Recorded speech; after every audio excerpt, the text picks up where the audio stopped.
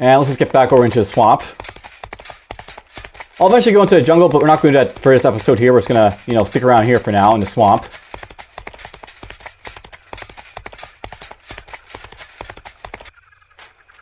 And that's fine over here, I think. Let's get over here.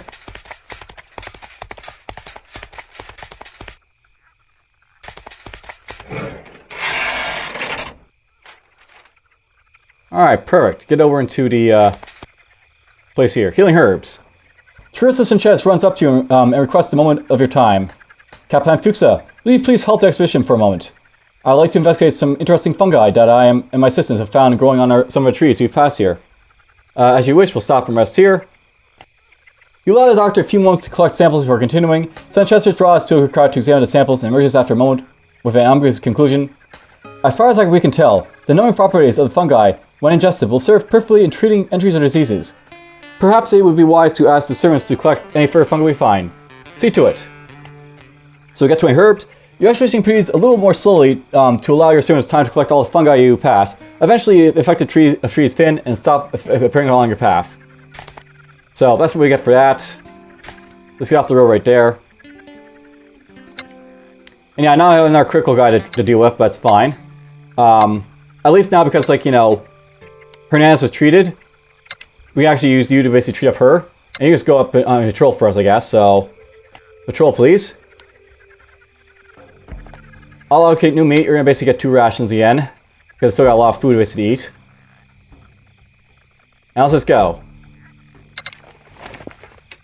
Lose up a lot of medicine, but it's fine. We got some equipment. That's cool.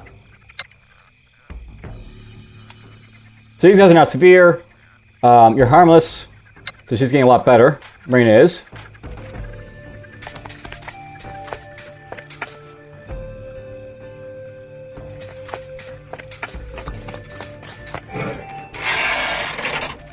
Now, I'm not really sure if this campaign is a lot harder than, like, the first one, but I'll note that, like, one of the reasons I'm probably having a hard time with it is because, like, you know, I haven't played as much as, like, the first one. Like, I played through the first, like, you know, campaign a lot, just to throw it out there, compared to this one. And that really translates into, like, you know, a lot, like, less errors, for example, on my part, so that is something to note. Watering hole, nice. Can't get to it, though. Marina's almost back on her feet, which is good.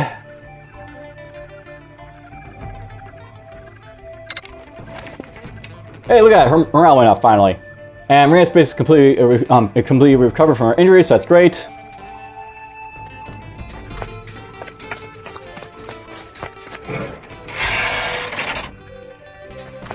There's another chest up here, apparently.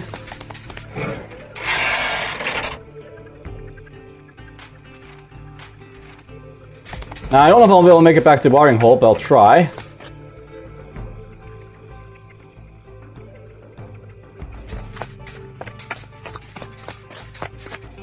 Perfect.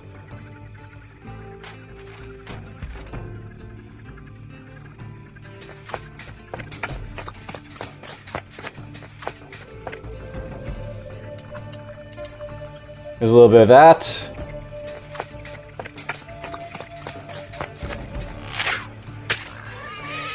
There's the village we came from.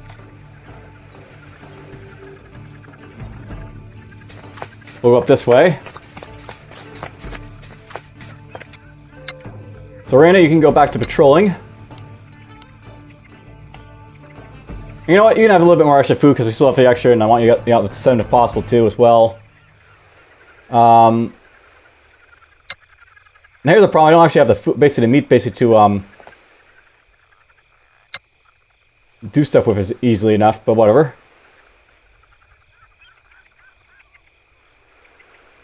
You can do that right now. Preserve.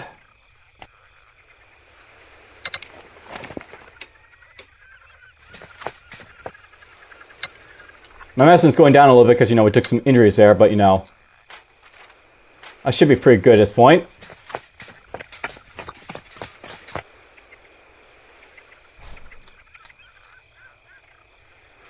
Let's go up here, and that's not a good sight to see.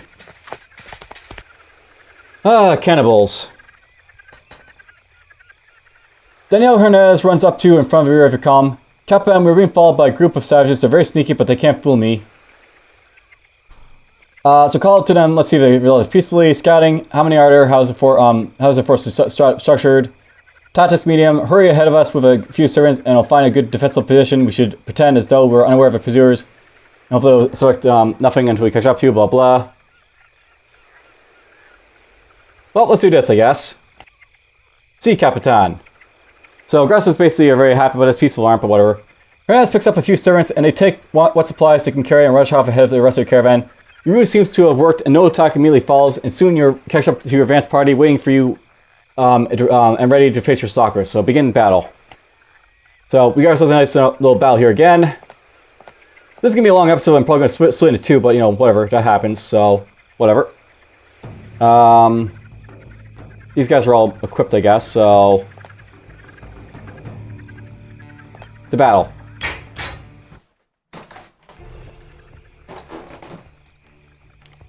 We got ourselves 1, 2, 3, 4, 5, 6, 7, 8. Alright, so we got 8 people. And looks like they'll have to come over here, so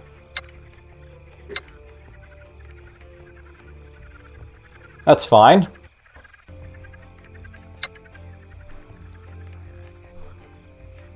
This is a night battle, by the way, so you know, that's something else, but whatever. Let's just put some caltrops right here. A spike trap right there, a spike trap right here. And let's set my guys up.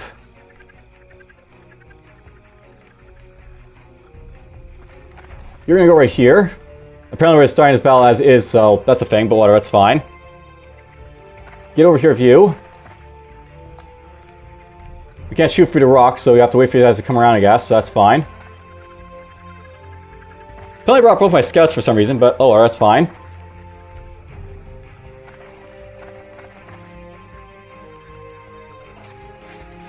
And we're going to play defensive, I guess, here, so come to me. Oh, the Shannon's blocking the path there. Smack! Blink! Death by spike trap.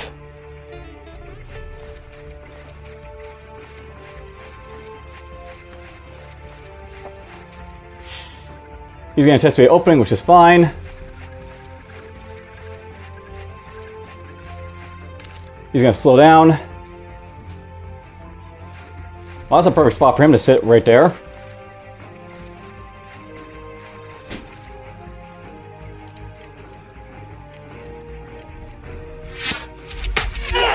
Apparently that guy could fire overtrain like that, because, you know, I guess that's something they get from that. Oh well. Sneak. We'll go here. One smack.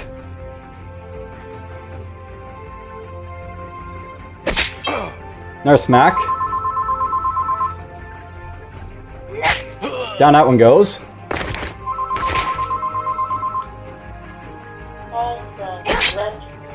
One smack there. Another smack there. This is gonna hurt, but you know. Do this. And we'll finish this guy off.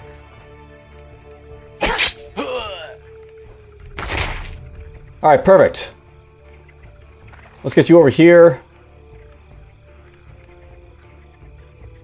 Let's get you over here.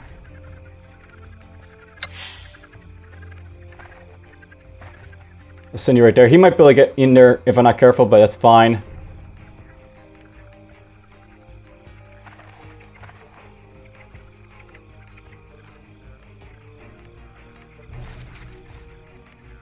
Move like this for now.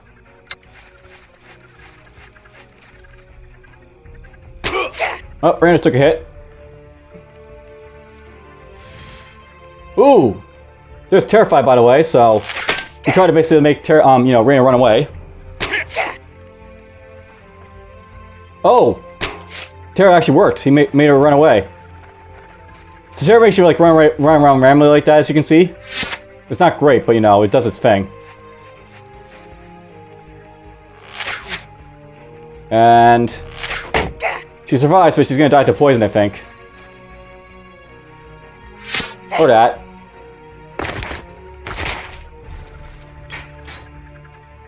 So that guy's actually a veteran. I guess he's got terrifying him, so first time seeing that, I guess. And this is the doctor that can heal up the people, so that's not great either. Oh well. Let's see here. Take a hit. I'll get you around here. 1. Let's get you here. Okay, I gotta take a phone call, so 1 moment, please. Alright, well, I'm back. Let's continue, I guess. We're gonna come up here and hit this guy. Down goes the shaman. That's perfect, I guess. Now, I still gotta watch out for this warrior over here, because, you know, 1, 2, 3, 4, 5, 6, 7, 8. He can basically, like, you know, get me that anticipate open that careful, but whatever. Let's get you up here, I guess. 1 hit to him. Another hit to him.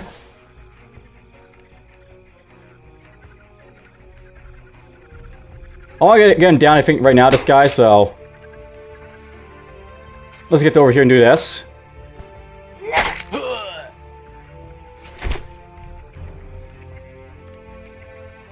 You can go right there for now. You can go up here, I guess.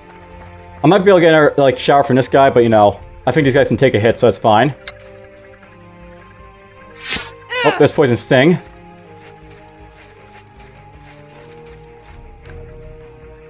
I really have to, like, you know, be more, like, you know, attuned to how much these guys can move, unfortunately, but whatever.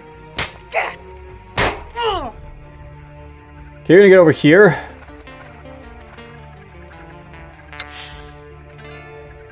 Perfect. You're gonna get over here and take a hit, I guess.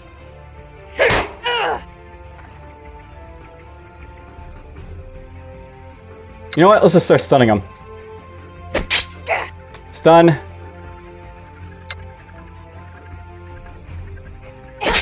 Another stun. Heal up Rita a little bit.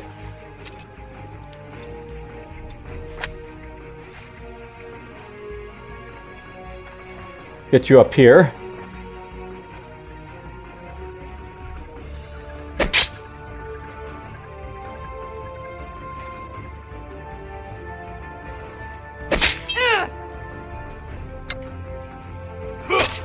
Ouch.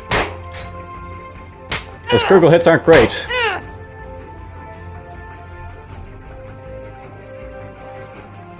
Let's have you hit this guy first.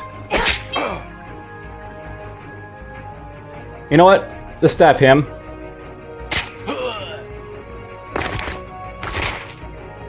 Hit this one.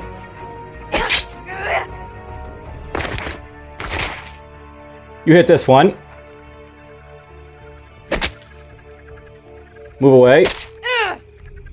Critical hits left and right on that guy, but whatever. You hit him.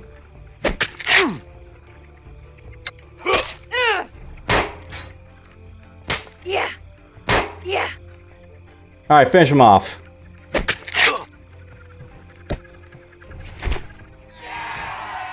Luckily this is harmless this time, but you know, Reina went down yet again. Alright, so, that's the last of them, Captain. How should we deal with the survivors? So, kill them, see if they have anything that we can use and leave them to rot. Kill them and see if they have anything we can use, then bury them. Leave them, if they have anything worth taking, bring it to the carts. Tender wounds, and if they have anything worth taking, bring it to the carts. So basically, like, you can be kind to these guys, you can be, like, you know, savage to them. You know, at some point, I want to be, like, mean to these people, so... Let's just, you know, kill them and, like, you know, leave them to rot. So races are very much happy about that. Open Mind aren't too happy about that, but it's fine. Teresa Sanchez turns to the rest of the troops and moves her fingers across her throat. A few muffled screams is all you hear as the survivors are killed. When everything is taken care of, the servants scavenge the bodies, find bits of useful equipment, and a few valuable trinkets. So there we go, we got the bastards for, you know, their crimes and all that stuff. And yeah, so now I have, like, you know, harmless again, but whatever.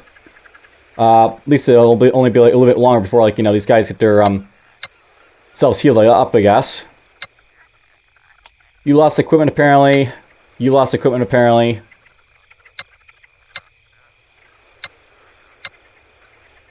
It's gonna happen a lot, by the way. These guys are just gonna lose equipment all over the place.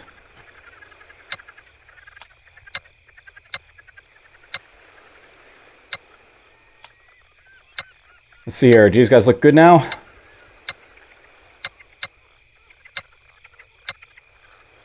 Oh yeah, I forgot, because she's actually a doctor, she can actually get, like, you know, full equipment. So...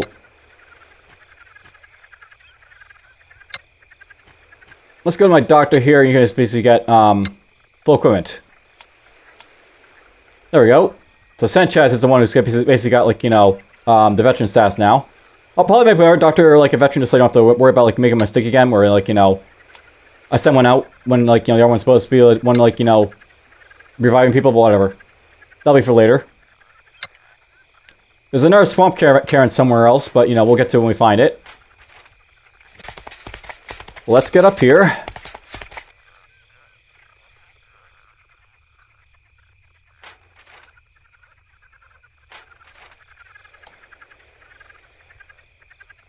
I guess we'll go up here.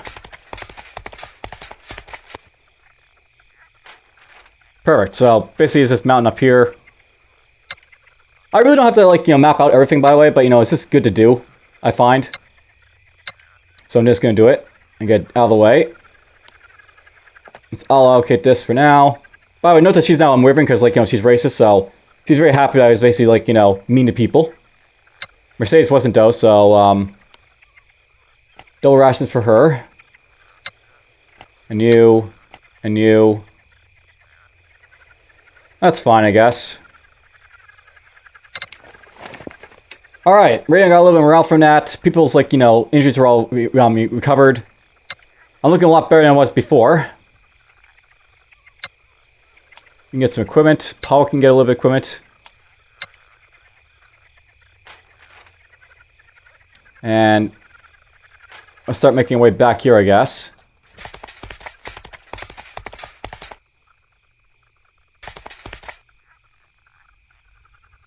Please get off on the road. This game's pretty cool, I mean, for, like, you know, its movement, but, you know, it can also be an issue sometimes, but whatever. I'll note, by the way, once I move to Windows 10, this has gotten a lot better for, you know, that sort of thing. There's a final cairn, by the way, so we're almost done exploring the swamp. Alright, let's just allocate some meat. You are going to basically do some herbalism, I think. You're going to do some herbalism. Hunting. Hunting. Herbalism, why not? Patrolling. And then let's make sure these guys get the morale up a little bit more. Double rations for you. I still got extra food, right? So we'll make use of it. I actually know I actually have a fairly rough start, you know, going of it basically for like this like run here so far. Usually you have like, you know, some difficulties, I guess, like, you know, starting out, but usually not this bad.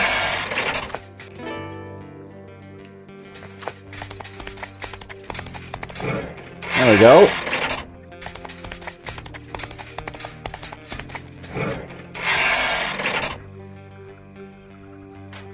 Alright, well. Let's get down here.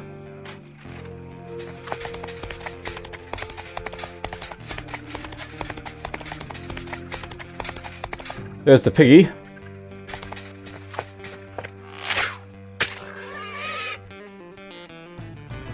I'll go talk to them in a moment, I guess, but let's just go here first. And you can do some tinkering for us, I guess. So, spike traps I used need to be replaced. By the way, we can install the maps because, you know, we've basically done this already. Yabara, you can go fishing.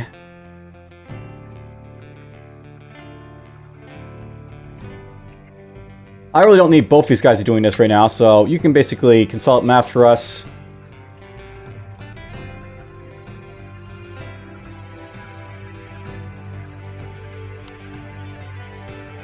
Let's do this. 2 meats for you. 2 meats for you.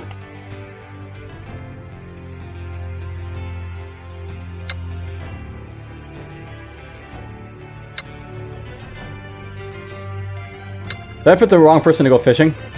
I think I did, yeah.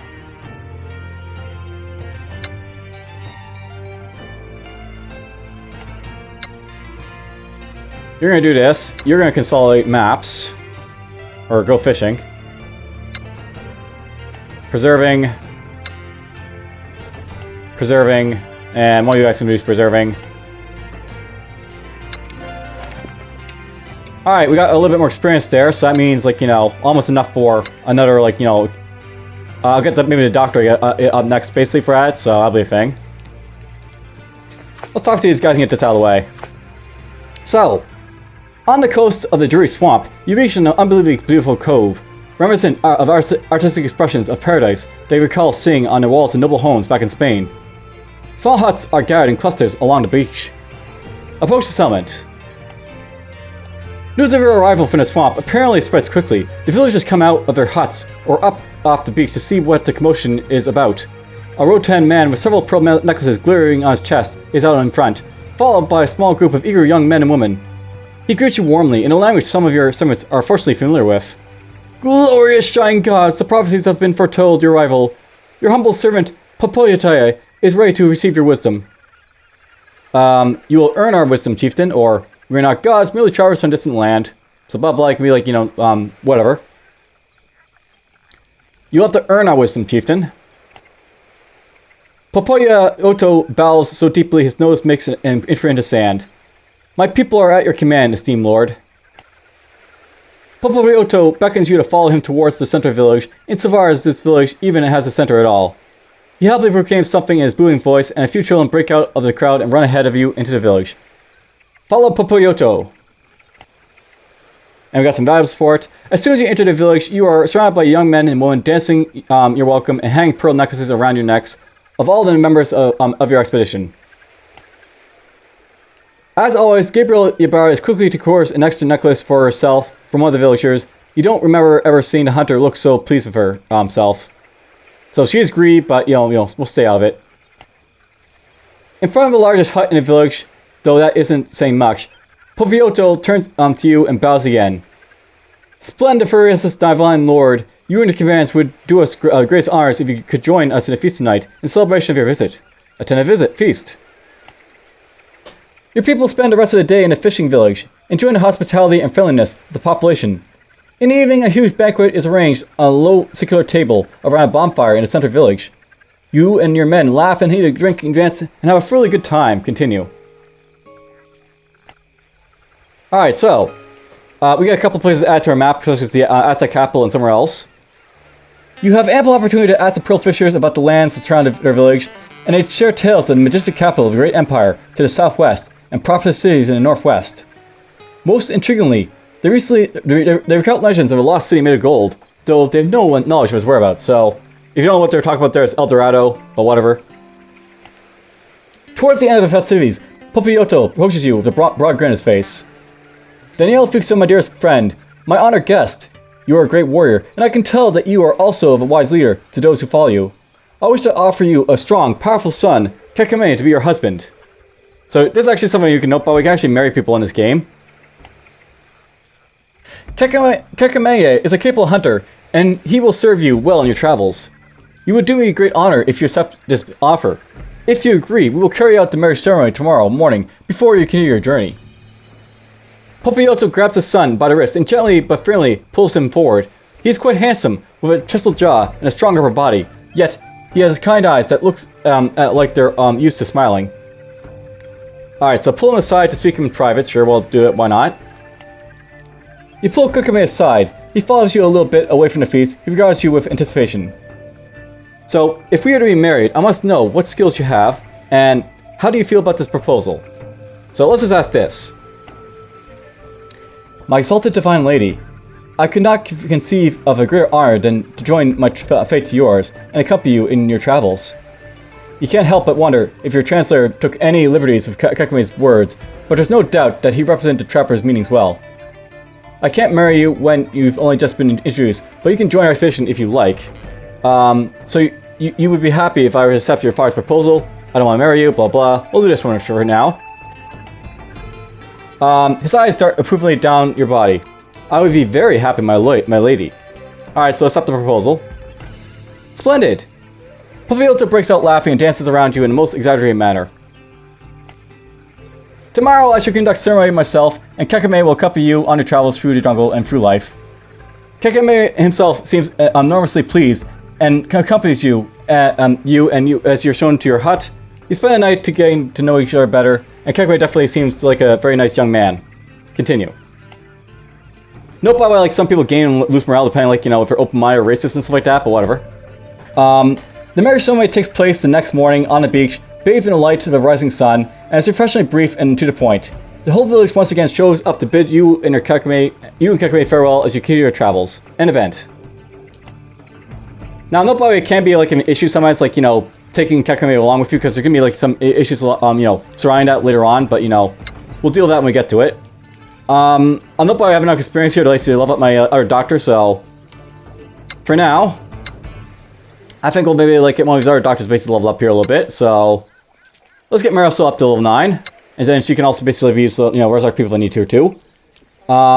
Let's see here. Fortune, favor, fencer, dodge, constitution. Let's just get her higher as well, because I like, you know, my doctors being a little bit more buff than, you know, than they are already. So we'll set this.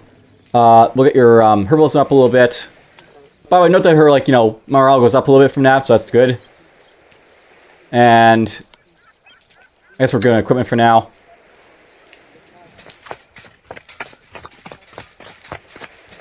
Let's get the gold.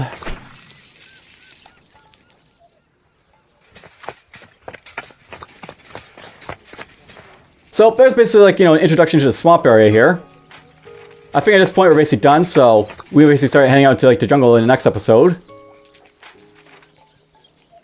And by the way, you can see, like, the actual cities, by the way, they look a little different from, like, the, you know, the huts like this. That's just something to note, by the way. The huts, like, you know, actually look like, you know, little villages and stuff, or whatever. Alright, so, broken axle.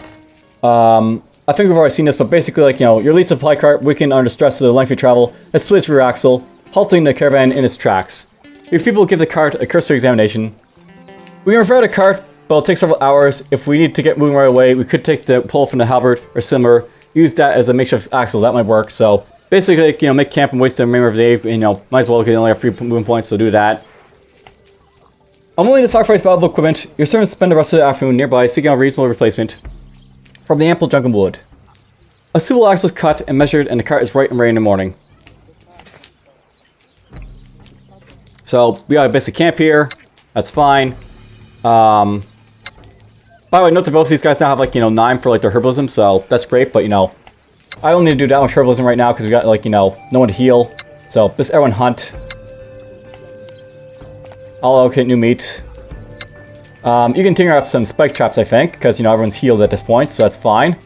Patrolling. And by the way, here's, like, you know, Kekame over here. I'll, like, greet his bio in a moment, but, you know, as you can see here, he's basically a hunter, this guy, so that's basically how he works. So hunting for him. So we're gonna have lots of hunters at least. Food's not a big issue in this game once you have, like, you know, this guy on your side as well, so that's nice. And let's just do some camping. Alright, so basically gain some medicine from the Galapagos corpse, got some, like, you know, food from a hunting party, make a spike trap. So here's basically Kekameya. So he's peaceful, open-minded, adventurous, and he's married. And he's basically married to you, of course. So we'll gain morale if you demonstrate fidelity, but lose morale if you flirt with others. So basically this guy's, like, you know, your husband, or I guess, you know, your spouse, if, like, you know, you're a man in this game, but whatever. He's 19 years old.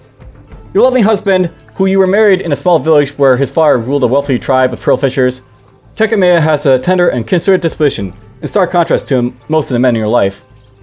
He's consistently open-minded and addresses every problem with an energy and enthusiasm that puts everyone else in your expedition to shame. So basically this guy's proficient with dagger and bow. At the start here he basically has, like, you know, skills for quick shots, so, you know, he's just like a basic hunter, but, you know, because this guy's a trapper, he will get access to, like, the rain of arrows and stuff like that later on, and that'll be nice. So, very nice basically indeed.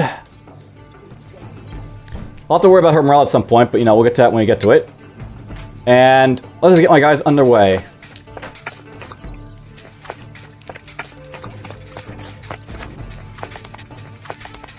And yeah, my, like, you know, guys, like, you know, having issues with, like, you know, moving in this map, well, it's fine. I don't know why it is, like, on Mexico, by the way, like, your guy, like, you know, moves around, you know, frenetically like that, but whatever. It is a thing. And there's gold over there. I like gold. So there we go. Over here. Everyone's looking pretty good. You're gonna get double rations for now until, like, you know, things can improve, I guess. Just get a ration for you when you get to meat. There we go. We got some more meat. We got a spike trap.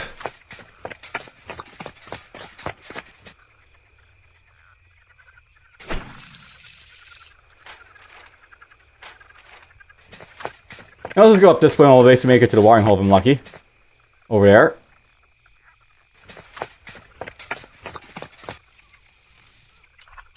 And I won't be able to make it to here, so don't worry about it, I guess. Let's go over here, I guess.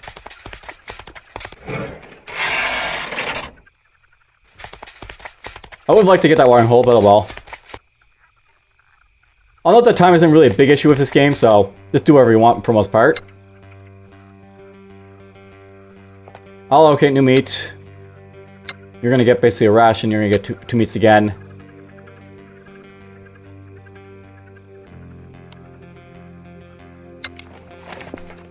Alright, so sparring partner. You're making a quick round of the camp before dinner when you find Sarah Barrio behind an equipment cart, sparring casually with one of the native servants. Watch for a bit. Sarah has lent the servant one of her swords, and the boy is wielding it in defensive stance, staring intently at the blade in her own hand. They are both sweating in the evening sun. Sarah addresses the boy in a calm and authoritative manner. More weight in your front leg, you're likely to fall on your ass if you stand like that, and I take a good swing at you. The servant shifts his weight. Raise your arm, not the sword arm, sorry. No, that's fine. You can keep that there. Okay, not bad. Now try to parry again. She takes a powerful swing at the boy. She's not going easy on him, but you notice she could have done much better if she wanted to kill him. He parries incompetently, but it's not bad for a kid who probably never had a steel blade before. Good. Sarah grins widely and the kid straightens up, but the soldier then immediately shuffles her feet, skips to the left, and knocks the kid over with a thrust of her elbow. He grunts as he lands on his ass, and she laughs cheekily. What did I tell you about letting your guard down your guard? Why are you teaching your servants to fight? Sarah extends her hand to help the boy back on his feet. He hands the sword back to her with a nod and a grin, and then he skips off back into camp to help with dinner. Sarah inspects the blade before sheathing it. He watched me practice. I thought it would be fun to have a sparring partner. Surely there are plenty of trained sword fighters in the expedition that you can use. She shrugs. I was just having a little bit of fun. Is there a problem? I don't want them to decide that they'd rather carry a blade and carry our cargo. Politely put, Captain Fuxa. Well, I don't think this boy will be a great threat to us anytime soon, but if you want me to stop training with him, I will. So, do as you wish, only be careful. I think that would be for best place to have, you know, decision here. Do as you wish, I guess. Gains morale. Thank you, I will. See you at dinner, Capitan. Yes, carry on. Sarah pulls a whetstone out of the nearby equipment cart and sits down to sharpen her blade. An event. So, there we go. An event with Sarah right there. And let's just keep going out this way, I guess. It's a long journey, but whatever, we'll get out of the jungle soon enough.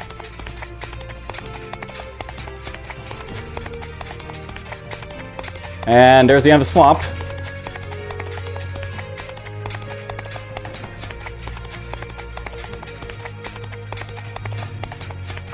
Alright, perfect. We're getting out of the marsh again. Rations. Allocate new meat. And we'll go to you.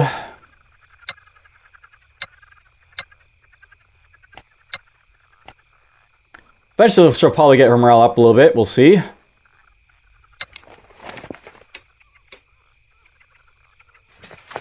Okay, let's just look around here a little bit. There's some herbs there for my troubles.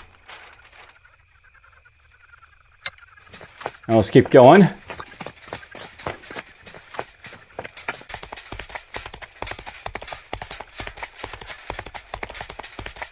And here we are, basically back into the jungle part of the area. So, Now we're basically get into like, the game proper for the most part. Basically we're like out like the, this like swampy area. Now we're like, gonna like get to like the next area basically. Oh, Aztec slavers. Didn't realize I run into them. Your people report moving ahead, and you order your expedition members to form up in defensive formation. A group of Aztec warriors appear a bit ahead of you, moving in a single file, dragging a large group of the dejected tribals tied to poles, connected by rope. They must be headed toward Tenochtitlan. The slavers eye you suspiciously and change their course to avoid your expedition. Now, note by if you want to, basically, like, attack these guys, you can, like, be like, who's in charge here, or allow them to pass. By the way, all of these guys are actually staying around, so I'm not going to, like, talk about this yet, but, we'll allow the slavers to pass for now. You warn your men to maintain defensive formation as the Aztecs pass you, but the natives give you actually a fairly wide berth. You can tell that some of your expedition members are a little bit uneasy as they watch the enslaved women and elders being marched past them, but once the natives have moved out of sight, you set your caravan moving again and nobody speaks up. So yeah, I'll note by the way, like there's like slavers in this game, like they're running around like they're captives basically. That's a thing that they basically do.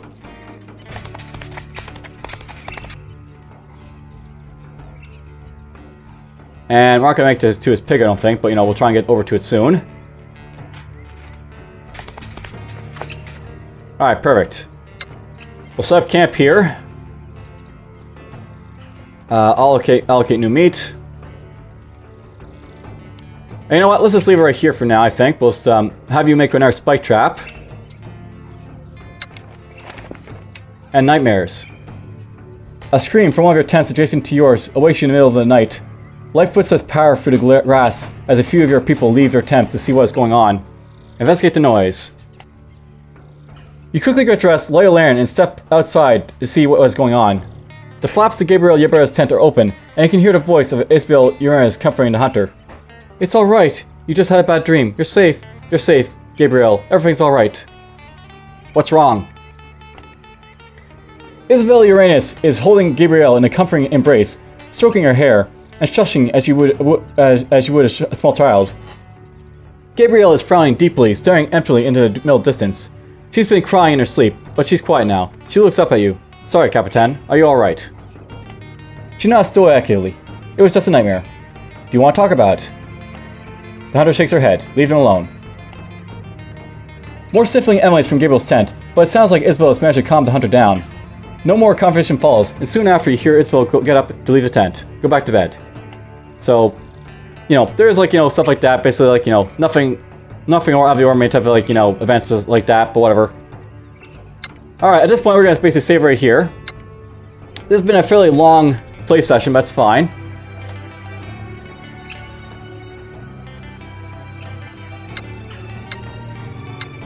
You saw me lose, like, a couple times there, like, some of my members. No outright complete losses for the most part. We'll see how it goes in the future. Hopefully, like, it won't seem like I have a complete loss, but that's also a possibility as well. But for now, take care.